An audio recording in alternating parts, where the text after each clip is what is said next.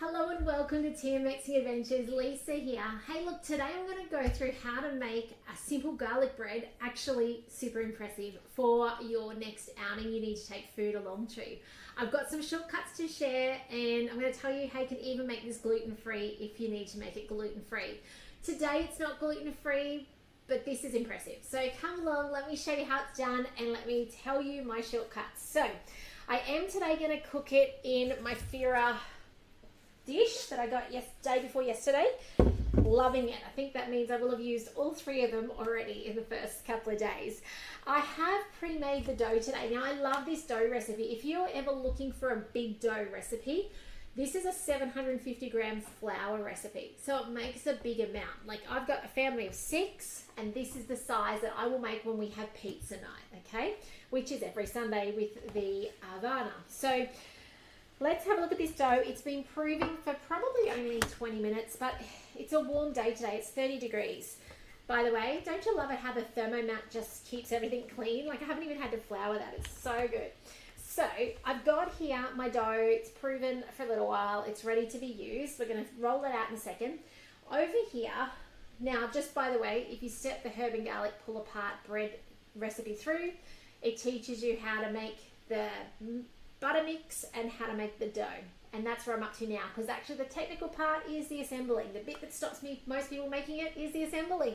So if you're watching on today, guys, do say hello, engage in some way, make sure Facebook and YouTube know that you want to see this again, or next time's one more point.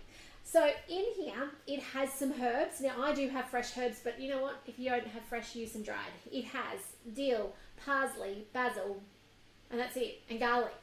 I used jarred garlic because that's what I got on hand at the moment. I did use the fresh herbs, but I have done this plenty of times with dried. If you don't have dill, leave it out.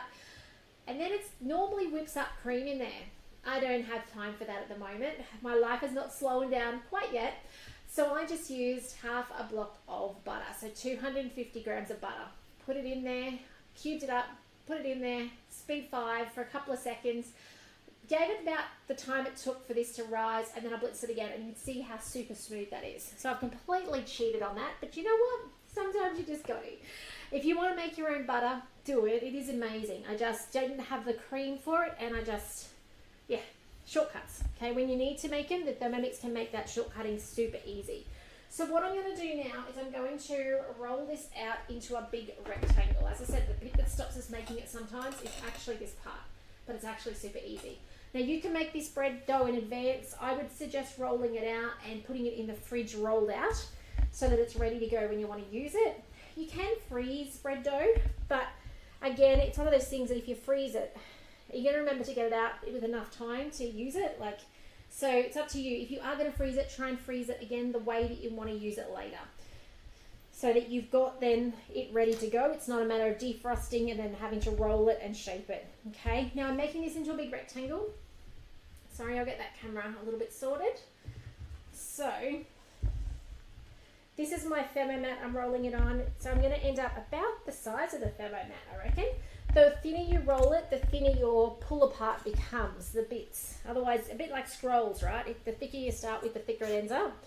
So it doesn't have to be a perfect rectangle, so rest assured.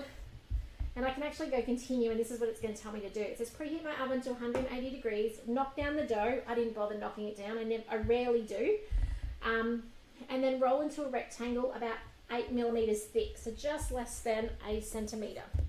So if you start with a rectangle or a square, you're more likely to end up with a rectangle or square.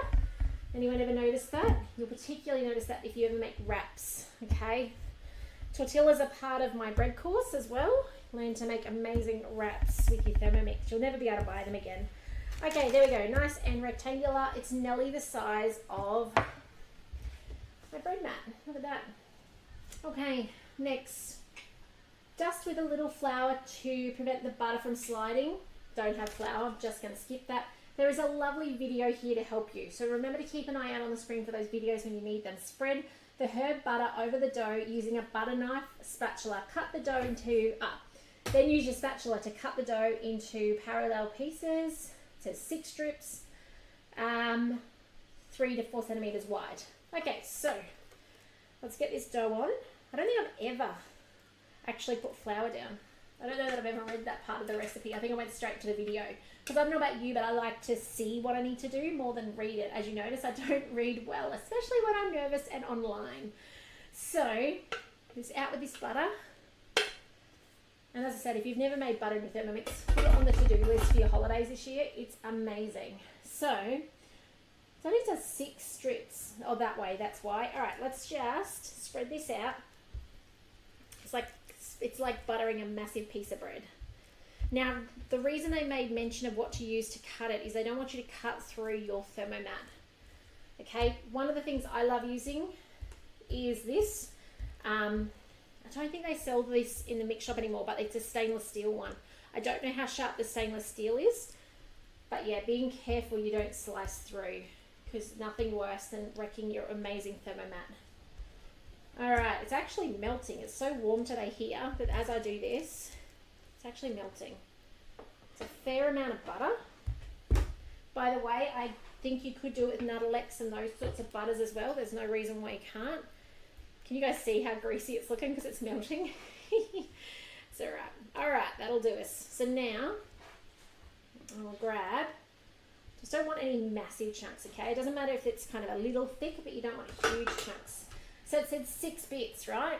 So, I don't know which way to go. I'm going to go this way, and I'm going to do them, what to say, 3 to 4 centimeters long. It doesn't matter probably if it's different lengths and things like that.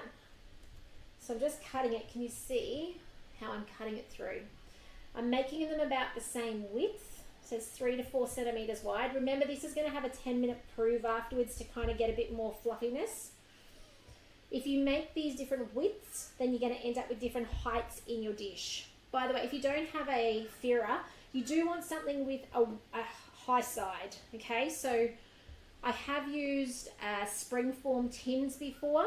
Just make sure you line them down the bottom and up the sides, because this becomes greasy and it'll drip through your oven otherwise. So make sure that paper goes up the sides, because it's a mess otherwise from the person who's done it, okay? Not recently. A while ago. Now, gluten-free friends watching on, I know there'll be some of you. To make this gluten-free, the loaf I used yesterday, the artisan gluten-free loaf, can be made into this. I'm going to be honest, it's sticky and messy, but you can certainly do it. It is hugely impressive when you do it, but sticky and messy. Okay, totally up to you whether you give it a go. There is a low-carb one somewhere on Cookie Do, which I think is gluten-free. From memory, I've got a vague memory of it being on there, but yeah, it's honestly, I'd use the artisan loaf. I use that for pizza. I use it for all sorts of things, anything I need like a bread recipe for. Now, all we do here to concertina it, by the way, is we fold it back and forth on itself, and then pick up the lot, look at that, like that, and put it in the pan. Try and put it towards an edge so that it stands up, otherwise you'll find it falls over. So we're just going to concertina that like so, pick it up and put it in the pan. Okay, next one, the hardest thing is making sure your bits are all like not touching each other, that you've cut them nicely. But look at this, I'm not even making a mess here.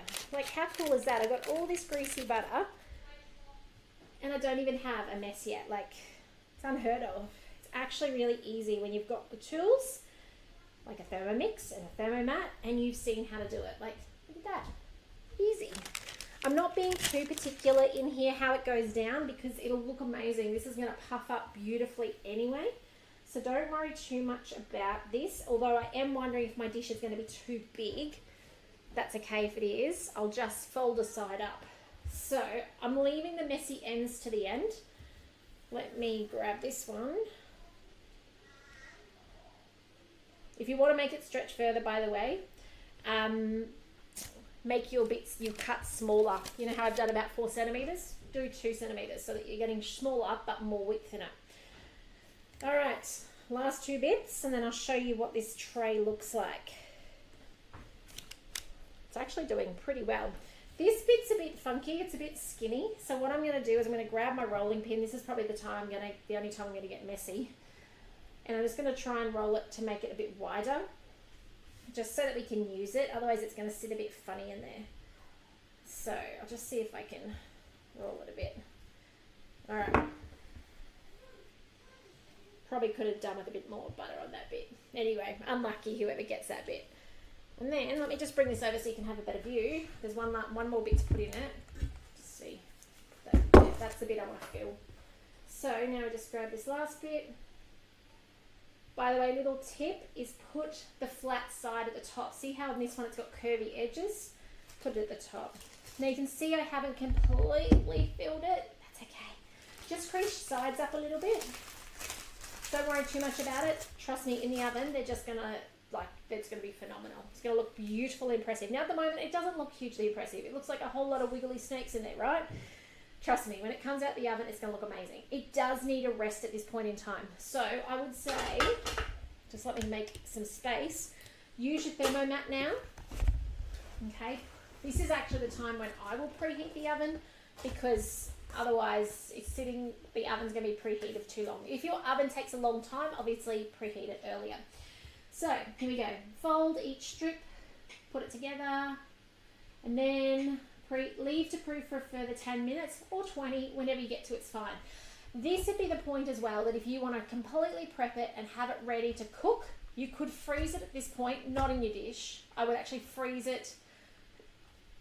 I'd par freeze it in the dish if the dish can go in the freezer, and then I'd put it in a Glad bag so that on the day, say it's Christmas Day, and I want to cook it, I could take it out, put it back in my glass Pyrex dish, and I could cook it in the oven.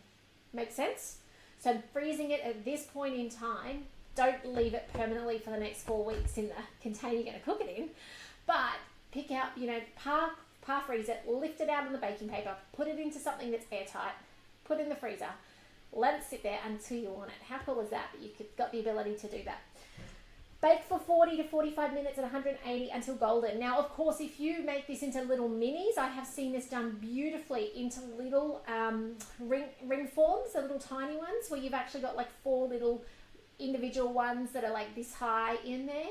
It's obviously going to cook for about 12 to 15 minutes, not 40 to 45. So just be mindful as well of how much you pack into what, depends on how long then you want to cook it for.